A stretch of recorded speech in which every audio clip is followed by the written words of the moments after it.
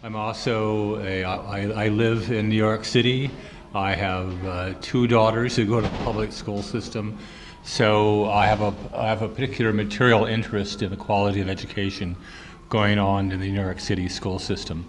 I've also involved in struggles around the budget in New York City. I was involved in these struggles last spring and the summer when the budget was being rammed through and austerity was being put upon us and the school system was being restructured. So I have kind of a practical experience with struggling over these issues. What I'm going to do is put this in an economic context, and I'm going to basically provide a kind of a political economic analysis of the state, of the capitalist state, and how it impacts upon education. The 2007-2008 banking crisis, with a matter of weeks or months, morphed into a international globalized crisis of sovereign debt. It was really remarkable about how almost as soon as the Federal Reserve actually stopped its emergency facilities, almost 3 weeks later to the date is precisely when the Greek crisis came to a head, and central banks once again changed their policies to try to stabilize the situation. But as in all crises of capitalism, it's wrong to think that this budgetary crisis, this fiscal crisis of the state, is simply about debt. It is about debt, and the crisis of federal debt or sovereign debt globally is a very, very serious crisis. But it's also a crisis about the restructuring of the state. It's a crisis about the restructuring of education. In particular, what's going on is an effort to redefine what public education is, redefine the educational system is. So I'm going to force us to think about two questions. One is, what is the nature of the reform that has been proposed to the educational system? How do we understand it? How can we provide a class analysis of it? And I'm also going to talk about what is at stake in the attack on teachers, and particularly the attack on public sector workers in general. My point of departure in this is some work that was done in the 1970s on the fiscal crisis of the state. And in particular, I'm going to draw upon a work by a British political economist named Ian Goh, who wrote a wonderful book on the political economy of the welfare state. What's interesting about this analysis by Ian Goh is that it looks at the state as an economic organization. States spend money, they take classes, they spend money. States also produce goods and services. And it looks in the context of what the states do in terms of the functioning and reproduction of capitalism. States spend money on consumer goods. They create consumer goods, for example, education. They also spend money on capital goods, and they create capital goods. The Army Corps of Engineers, for example, produces a capital good. It helps develop our infrastructure. The state also spends money, frankly, on luxury goods. The prime example of a luxury good being weapons. If you think about it, weapons are neither means of production nor are they labor. But what we're talking about when we talk about education is the role in which the state, in this case the United States government, the federal, state, and local level, has to do with the production and reproduction of the working class. And it does so in a variety of ways. One of the ways in which the state intervenes and organizes reproduction of the working class, frankly, is various regulation it has about the organization of the family. The family is one of the places in which the reproduction of the working class takes place, and it's a very central place. Another place in which the reproduction of the working class takes place, and very similar to education, is actually in churches. Because what happens in churches is that ideology, cultures get passed from one generation to the next. Schools, in my way of thinking, is school expenditures and production by the state of school services they do a number of things. One, they obviously train workers, they transmit skills to workers, particular kinds of skills. But they also transmit ideologies and cultures. In particular, they create personalities. They create human beings, the way their personalities, their selves are structured and put into the world. One of the things that happens in elementary school, for example, is that kids are taught to obey orders, they're taught to be bored, they're taught to stand up and sit down, and basically they're taught right from day one factory discipline. In the secondary school system, they learn more of this, they also learn more skills. So the first goal is basically transmitting the skills. The second goal of the educational system is creation of certain personalities, certain psychologies among the population. And the third goal of an educational system is, once these selfhoods have been created and once these skills have been transmitted, is to redistribute the properly trained people of the proper personalities to the proper place in the workforce. Assuming that that's what schools do at a capitalist society, they're about the reproduction of the working class, the ideological and cultural reproduction of the working class, and distributing the properly trained people to the proper positions in the economy. What's going on with our educational reform system right now? And basically, in order to answer that question, it's a big question. It's really a question of what kind of workers does capitalism thinks it needs right now? That's what education reform is all about. That's what the partial privatization of the public school system is all about through charter schools. One thing we must remember about the educational system about the United States compared to the educational systems of other advanced capitalist nations is that our educational system, certainly at the level of the university and college, is already highly privatized. The public sector of our school system, compared to certain European countries, is very small. It's limited to primary and secondary education for the most, plus the university systems. But in the university systems, you have the hierarchy of the private elite schools dominating everything.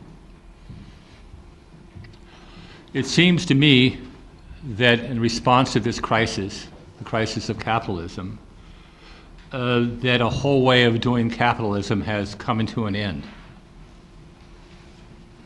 And there's an effort really to kind of regroup and rethink what kind of working class we need.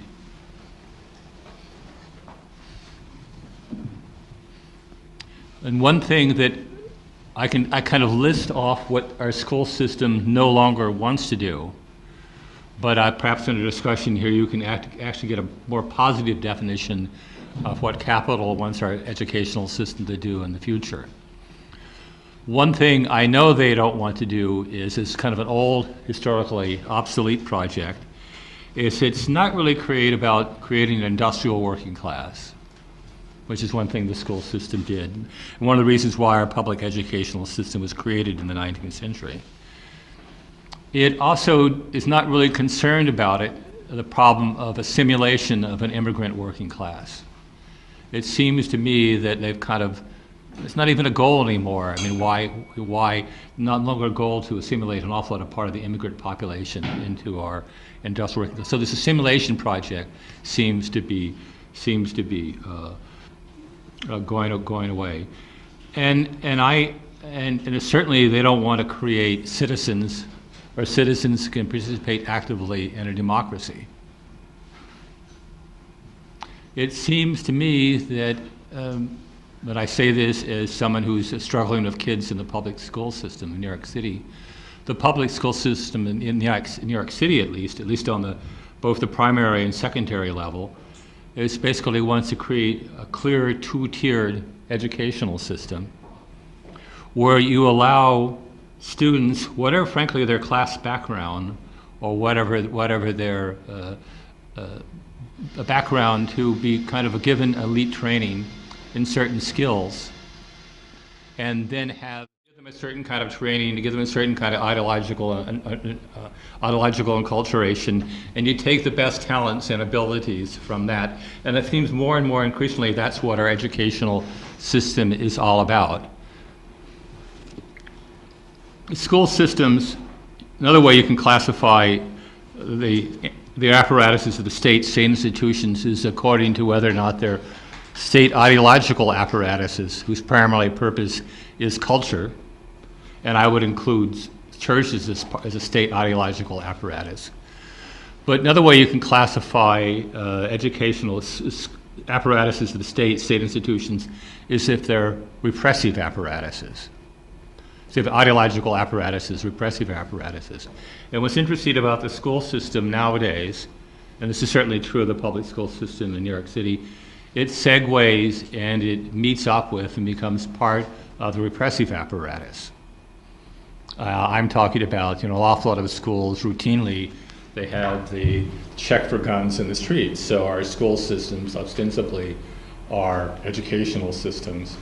But in reality, they're also kind of segue and part of the prison system, and should be thought about that way.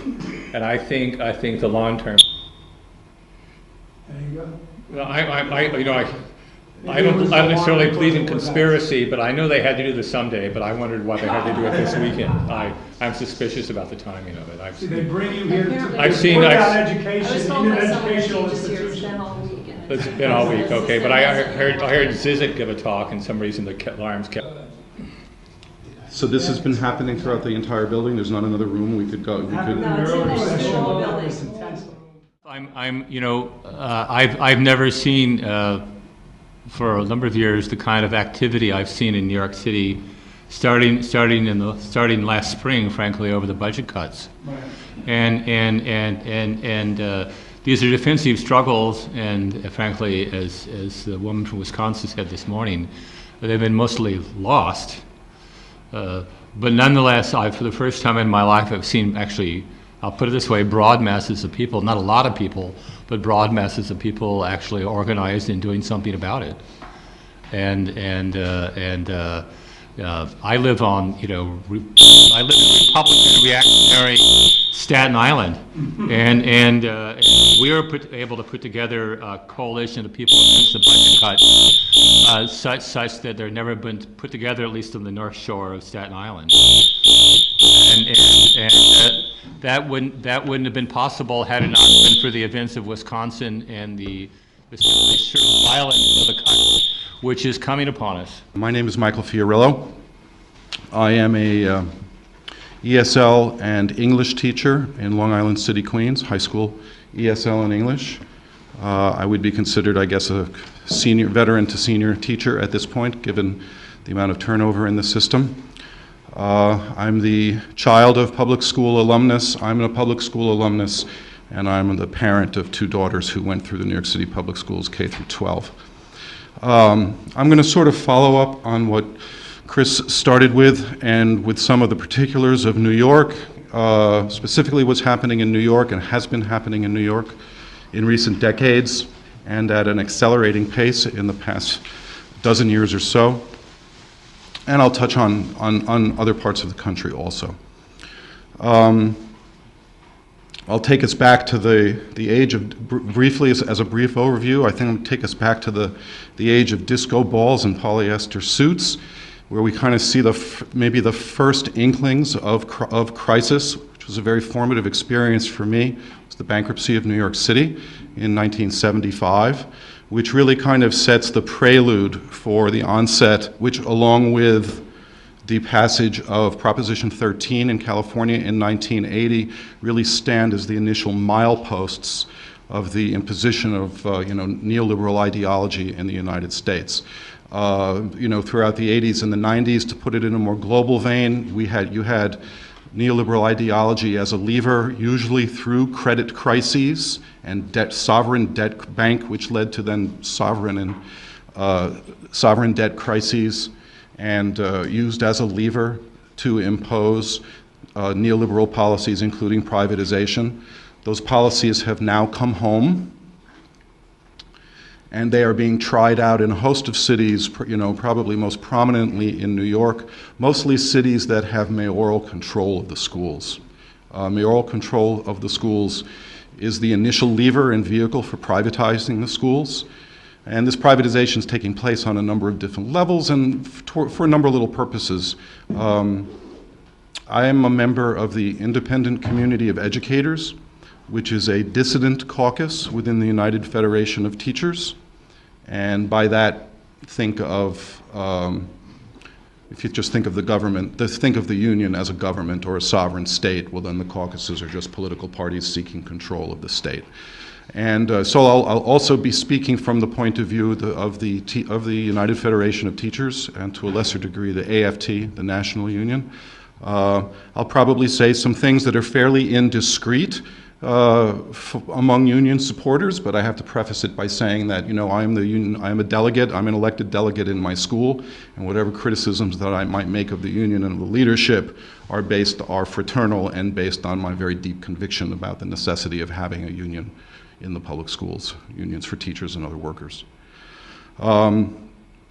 Starting in '75 with the bankruptcy of New York, the city as a whole and the public school system in particular entered an extremely protracted and acute phase of austerity, which was probably best represented by the laying off of over 15,000 teachers in 1975 and '76.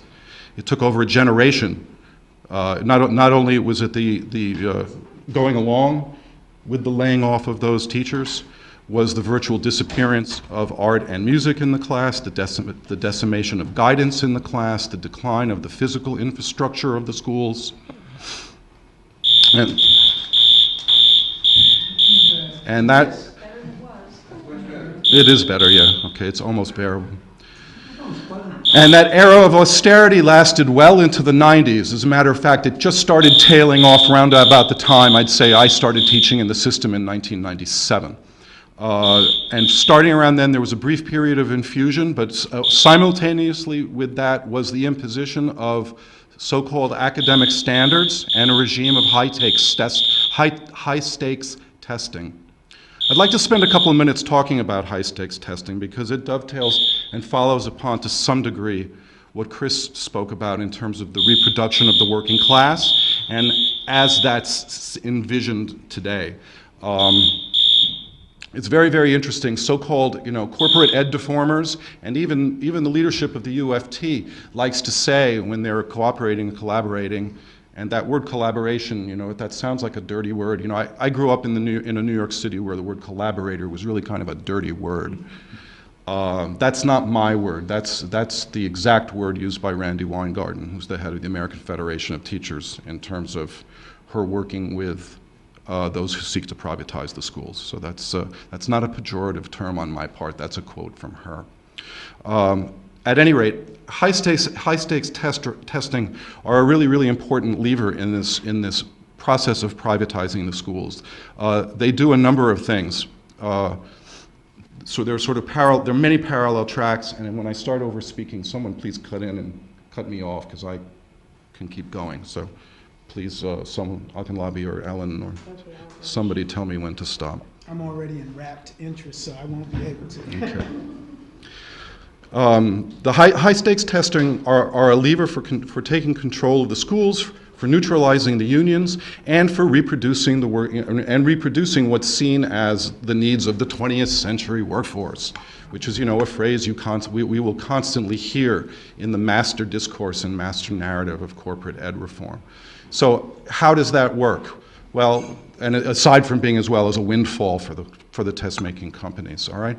Well, how does this work? Number one, it works on the from the point of view of that which can be quantified and that which can be counted can be controlled. I'll give you a brief. I mean, it may sound it may sound like something from another realm, but it's very, very apropos of what teachers are undergoing right now. There was a betting scandal a few years ago in the National Basketball Association, and a ref was found to be betting on games. I don't recall if he was betting on games that he was actually calling or not, but he was a ref with a gambling problem. He got caught, and in the course of the news coverage, the scandal never spread.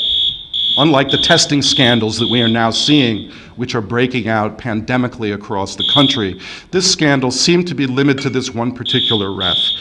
I only bring it up because in the course of the news coverage of that article, there was an interview with the head of the NBA Referees Union.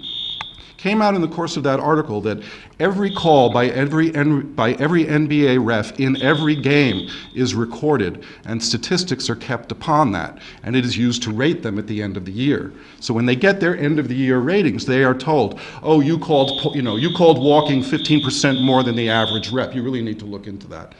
And the quote from the head of the NBA Refs Union was, "They control the information, and they use the information to control us."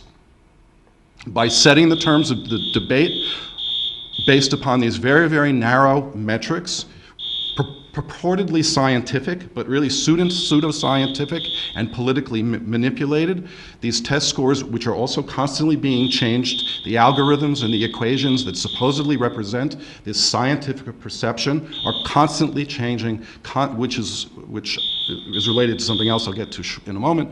But the tests, the rating of the tests are politically manipulated, whether it's to make the mayor look good. So you will notice that in the years leading up to mayoral elections this decade, there were always news releases and trumpeted news reports about how great the city was doing, until of course that collapsed in the summer of 2010 when it found out that the test scores had in fact been manipulated. So the tests are used, manipulated, and abused as a way to undermine and destabilize the school system, as well as change the labor relations within the school system. The ultimate goal, which you see through the national process of changing the ways in which teachers are accredited, so that now you can technically be a certified teacher in New York City after 5 weeks of training with Teach for America. Okay, which of course belies all of the rhetoric behind No Child Left Behind, which said that every child in the country would have a skilled teacher in front of them. Well, all you have to do is just change what the definition of skilled or certified teacher is. So you have the very, very fast proliferation of alternative means of certification. The purpose of that is that essentially part of the model of the privatization of the school is also changing the definition of what teaching is as a career. The structure of how the career was organized up until very recently was organized in such a way to benefit longevity, to benefit stability. So for example, the pension fund was structured in a way that it was incentivized in such a way that many years spent in the system were rewarded. There are many, many attacks on that. So there is an attempt, and this is happening simultaneously with attacks on tenure and seniority, as a means of churning the workforce, creating an increasingly temporary and part-time workforce, and increasingly an at-will workforce, okay? So that's sort of happening on the labor front, right? It's axiomatic that management is going to seek the neutralization of the union. That takes a particularly pointed way in the education wars right now, because if you are attempting to privatize the schools, the union is a target that you have to engage and you have to neutralize, if not eliminate, because the union is the one institution with the numbers and the resources with the possibility to successfully fight this. And it also has an institutional should have an institutional bias in favor of maintaining these as public sector jobs rather than private sector jobs, which is what we see with the proliferation of charter schools. I guess I'll say one thing about the UFT's role in this, and then I'll stop. Is that okay? Okay. All right. I hope this hasn't rambled too far. Okay. All right, and I'd just like to speak about the UFT's role in this. The UFT is essentially the man behind the man behind the curtain in the American Federation of Teachers, the national union, right? New York is by far the largest local union in the AFT, and it has traditionally controlled the AFT. That is still the case. So whatever the policies and the actions of the UFT in New York over the years have national ramifications. The UFT, again, is an organization that takes in roughly $150 million a year in dues. It has the potential to be one of, if not the strongest institutional supporter of public schools and the communities they serve. But it has a historically extremely fraught and, shall we say, and Akinlabi could speak to this, I'm sure, I know very eloquently, shall we just say, very conflicted and contradictory relationships with the communities it has served over the years. And that is something, the vestiges of that and what's actually left in that is something that is a very, very critical in its fight for survival. Ultimately, the mayor would like to see, you know, it's interesting, Mayor Bloomberg has set himself up as in a sense, as the good cop. It's hard to believe for a teacher to actually say this, but I'll explain it. I'll explain it in a moment. But Mayor Bloomberg has actually, in a sense, kind of set himself up as the good cop in this assault against public workers, compared to Scott Walker in Wisconsin and Kasich in Ohio, who were playing bad cop. Bloomberg wrote an article for the New York Times on the op-ed page last year, saying that he didn't really see the need to break the unions and destroy collective bargaining because he saw public sector unions as a very, very effective way of helping to manage the workforce. And that is also something with a very, very deep tradition within the UFT. Over the generations, it has often been seen as a co-manager of the system. And that goes back, you know, in some ways for good. There are some good things that resulted from that, but for the most part, it entrenched a lot of dysfunction that was already there. And now the tragedy is that co-management is ultimately going to lead to both the union's ultimate destruction and, if left unchecked, the union's destruction and the possible, you know, certainly the accelerated destabilization, fragmentation, privatization, and possibly the destruction of the public schools as we have known them.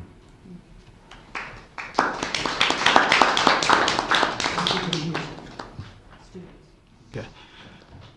Good afternoon. My name is Akinlabi Mackall, and I'm the co-chairperson of the Coalition for Public Education, Coalición por la Educación Pública.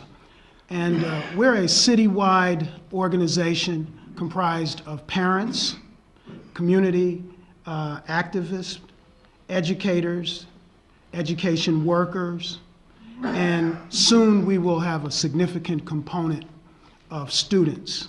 And this, by students, I'm talking primarily of high school age students. Before I go further, let me just say that I understand there'll be an opportunity for discussion back and forth. I'm hoping that you'll ask me some questions even before I get started.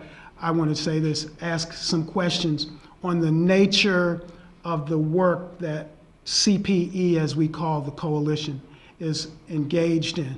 We think it's a particular area of the resistance that should be much more recognized in many of the panels that we see, even comprised of our allies. We often feel that there are certain voices and perspectives that need much more emphasis. So I'm hoping we have an opportunity for that discussion. I'm going to try to do a couple of things. Basically, I want to underscore one of the statements that Michael made with respect to mayoral control. Are all of you in here familiar with the whole issue of mayoral control of public education in general? Are you familiar with it? I don't know if we have teachers, economists, or what. In addition to that general national push for mayoral control, we all know that Mayor Bloomberg in New York City has been extremely successful in cajoling, coercing, and otherwise convincing the state legislature to not only back him initially, but to give him a second re-upping, if you will, of the mayoral control issue. So he has, in effect, been in more control of the public school system than anyone has in the last half of the 20th century, and so far the 21st century. That comment sometimes, reminds me of never have so many done so much for. In the case of Bloomberg and company, as we call them, never have so few had so much power, done so much damage to so many. And we feel that the irony of all of this is, of course, that if some of you New Yorkers remember, when he came in, the convincing lines that he used to get support for mayoral control had to do with overcoming scandal. There'll be one person making the decision, the buck stops here. But especially on the question of ethics and principles and efficiency, these were the items that the previous school system had been significantly found fault with. They had been ineffective, not successful, certainly with the majority of the students. And there had been scandals that had been popularized in the media, some of which we now look back on fondly as almost non-scandals. They were more like caricatures of what should have been good governance at the district level. For instance, there was the argument that some people who were pushing a piano in the Bronx in District 9 down the street were representative of the kind of corruption that existed, when in fact it was a piano that had not been used for about a decade. It was not working, and they were actually taking it upon themselves to get it fixed. That was popularized as major corruption, and by the time it hit Albany, people like Shelley Silver, the mayor, the Senate, and the Assembly people were all behind him. There was very little pushback here in New York City, of course, either. And Bloomberg was somewhat of an unknown quantity to many of us, in that he was viewed as a relatively middle-of-the-road to liberal Republican business person who was going to bring some sanity to the issue. And it was important to take time on that point, just to hearken back, just to recall what a non-villain he was presented to be initially. What we found was that much more so than the very unpopular, certainly in my community, Rudy Giuliani, he was to become much more dangerous, far more cynical in his ability to manipulate power and to use that for the ends of his class. We found, for instance, that while Giuliani left office clearly in antagonism with many groups, he was not as successful in many areas, one in specific, mayoral control. If there was one thing people knew, he would not be the right person to be given more power. Even as he attempted to convince us after 9/11 that perhaps he should have his term extended. So Giuliani was somewhat much more recognized for his danger. And I think the lessons that we get with Bloomberg really should not be lost in subsequent struggles that we're all involved with. So with that backdrop, the nature of the struggle under Bloomberg has been twofold. One of just managing to survive his onslaught, which has been relentless, and on the other hand, trying to undo the complete empowerment of himself and the disempowerment of parents, of the communities, of educators, and the additional emasculation, if you will, if that's an appropriate term, of union leaderships across the city. So one of the things that the Coalition for Public Education sought to do was to join forces With all those others, primarily they were educators, young and veteran teachers who were not necessarily satisfied with the mileage they were getting from their union leadership. They were picketing, organizing, trying to protest both inside the unions and joining forces with parents at schools. So we supported some of those groups. Groups like the grassroots education movement have come into strong resistance over this last couple of years. But there were also key needs, and one of the key needs that we found was that in a situation where you have mayoral control, which we say mayoral control equals dictatorship, and Bloomberg is a classic example. I won't spend time, since you all said you were familiar with the situation here. On every level, Bloomberg has direct control. There's almost a real question as to why we need a chancellor. Certainly he felt that way given the choices that he made, one after another in his selection process, none of whom had quality education experience, and the first two of whom had zero education experience. But the mayoral control struggle was one in which the legislators would look at those of us who were lobbying, especially parents who were in the various assembly districts that we spoke to the legislators from. And they would look in their eyes and tell them that they really wanted to make a difference and do some changing. Because by the time that the first year and a half of the mayoral control law was in effect, there were rampant problems.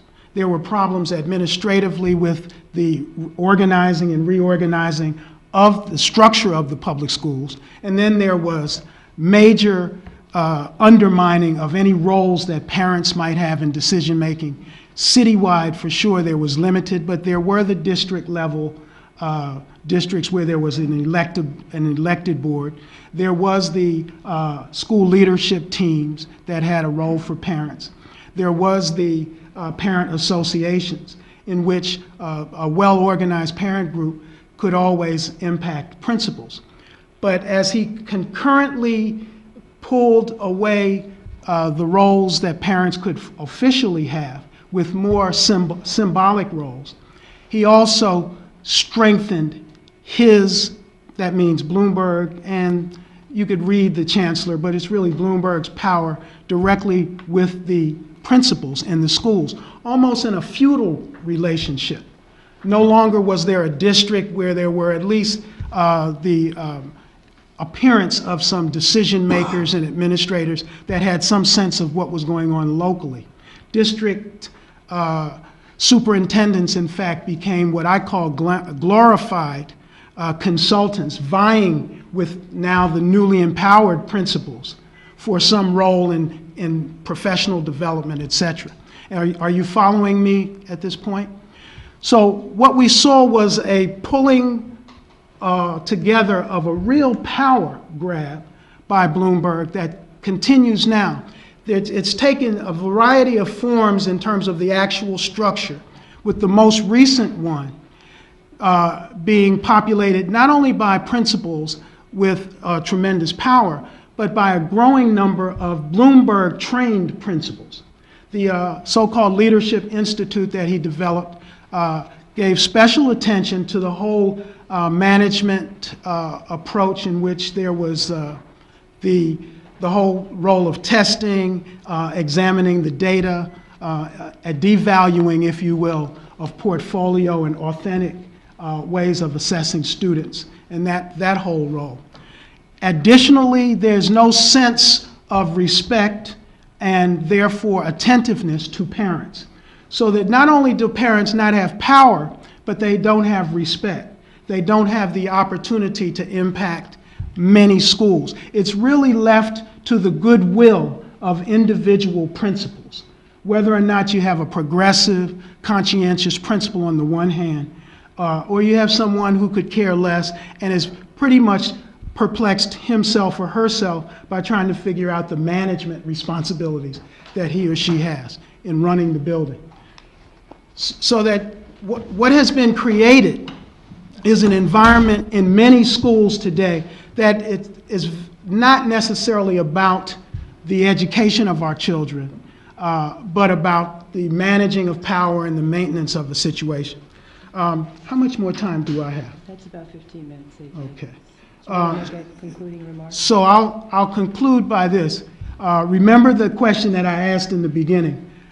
Please ask about how we in CPE have attempted to respond to the kind of resistance that exists today. I'll just say on this end, unlike many of the panels of our allies today who cite the statistical data that proves that charter schools are not successful, that reconfirm that Bloomberg and company has been unsuccessful in really moving to close the so-called achievement gap, and also demonstrates that there have not been successes in the recruitment and hiring of teachers of color, prospective role models for many of the students. All of those things have been statistically not successful, and they are talked about quite often. What, however, is not talked about is on the issue of governance that goes right back to the power hold and grab that Bloomberg has. And that is that parents and others representing our communities really, at this point, need to resist in ways that begin to dismantle or make themselves ungovernable, because as we've seen, the governance structure that is represented, say, by the panel on the panel on education policy, the rubber stamping group that Bloomberg uses, those entities have no real way to be impacted by parents. Thousands turn out, protests, speak much more eloquently than we could ever imagine on the issues. And after they've completed their comments, the rubber stamp ignoring their statements are made. What we're looking for now is a resistance that begins to create an alternative set of institutions. So when you hear people call for a People's Board of Education, what you'll actually find is that it is not some pie in the sky or hypothetical kind of entity, some romantic notion. It is actually a very calculated, conscious attempt to create institutions that will respect those of us who are being ignored now and provide a means of practicing democracy. At the same time, we become ungovernable. So while we refuse in subsequent weeks and months and this year to not be governed under Bloomberg's policies, we will in fact work to be a self-governing collective of people. And we think at certain points, parents and those not under the pressure of salary or job may take the lead in that effort. Thank you.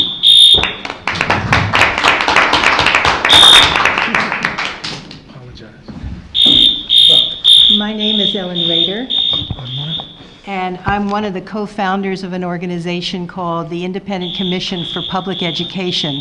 And we're also a member of the Coalition for Public Education that AK talked about. I have two major things that I want to talk about. Our original campaign that started as soon as Bloomberg was given the go-ahead to run the public school system was to investigate alternative ways of thinking about public schooling. And we decided to start a campaign that education is a human right. And we wanted to contrast the business model with the human rights model.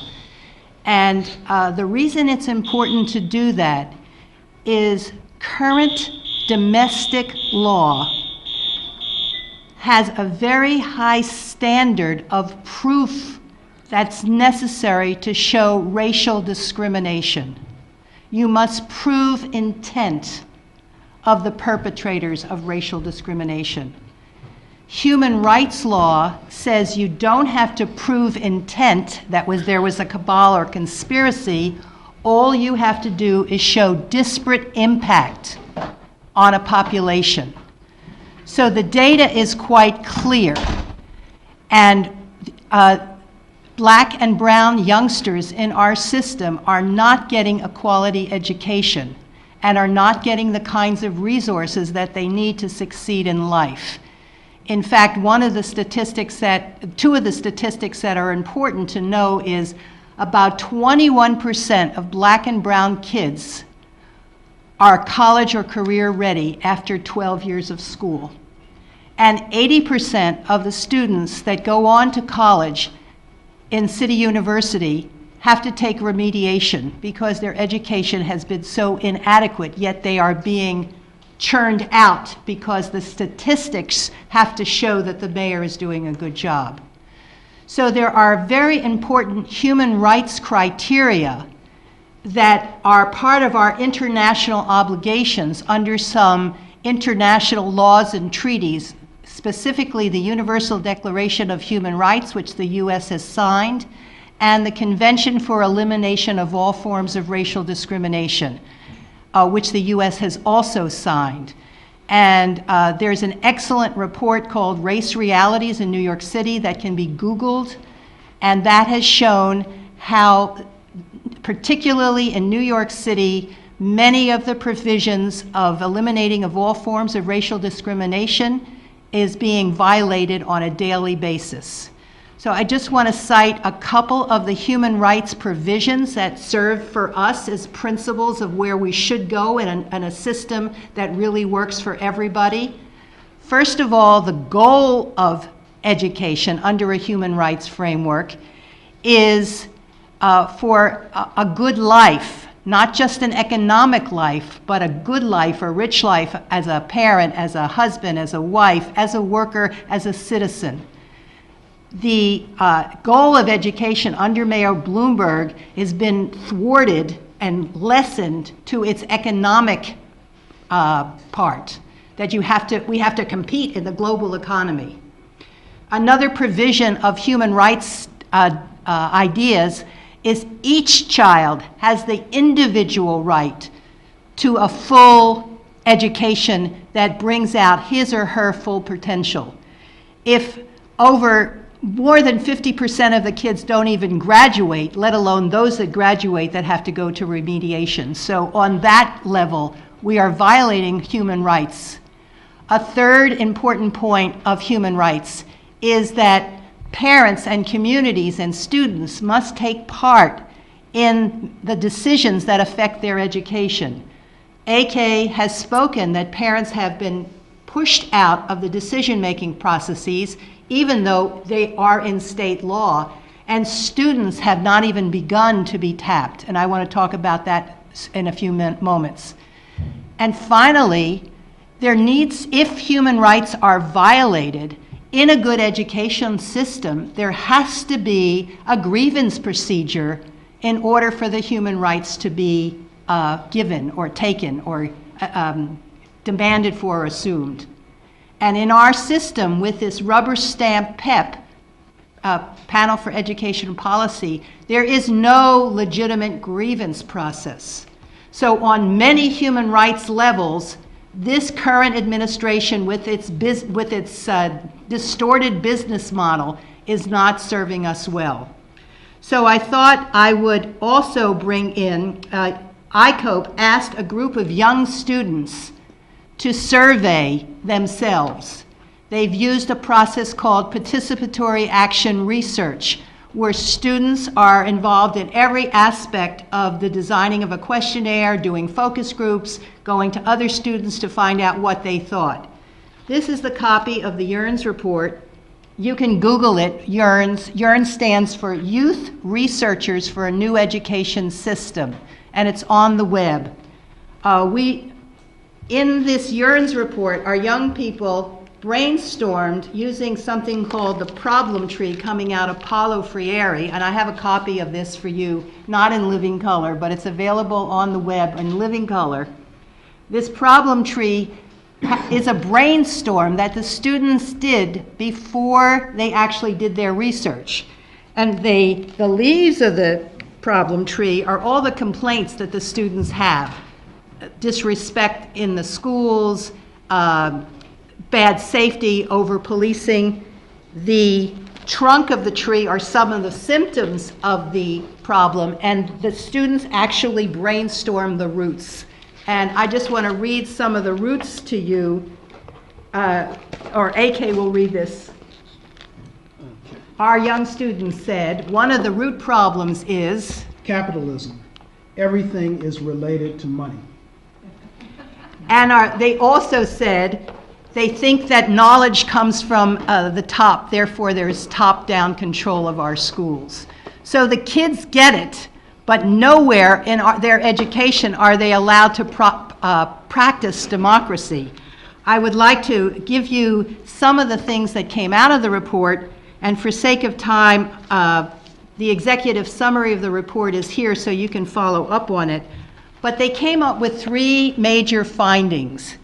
One of the findings is young people in our system really value their educational experience. They think it's important, they don't value the experience itself. They know it's important to them in their lives. So anybody that says the students don't care, they haven't surveyed the kids. The kids care, but the second finding says resources are unevenly distributed throughout the system, and they have to compete for resources that they believe are their own. And there is a big gap between what white kids say about their experience and what kids of color and low-income kids are saying. And the gap in the resource distribution in all the questions asked is about 20% difference. That the kids are saying, we don't have good guidance counselors. The white kids say it's fine. The black and low-income kids, Latino kids say it's not so good. A third finding that the students came up with is they really want to be more involved in their schooling, and they want to be more involved in decision-making, but they don't have a vehicle for doing that. And when asked about mayoral control of their schools, only 13% said it's working. So the young people are really saying as best as they can, this is not working for us. So we as parents and educators, teachers and principals have to listen to the young people and support them, because right now what happens if kids speak up, or even if their parents speak up and they're in low-income neighborhoods, they are retaliated against. All of a sudden, the parent who speaks up gets a call from ACS. Or that's the, what does the ACS stand for? Association Services. Child Services. For child services. The parents are being accused of not being good parents. So the parents are retaliated against. Or a friend of mine, she was a talkative parent, her child's transcript was lost when he was trying to apply to college. A young girl was asked to be valedictorian of her class, and she submitted her speech. Her teacher said, "You can't speak this. This is critical." She spoke it anyway, and she was denied her diploma in the formal ceremony. So the system retaliates against parents and students who speak up. So if we care about the kids, we have to figure out mechanisms, especially a grievance mechanism, where the students or parents that are poorly handled and poorly treated have a way of redress of grievance. So I will stop there.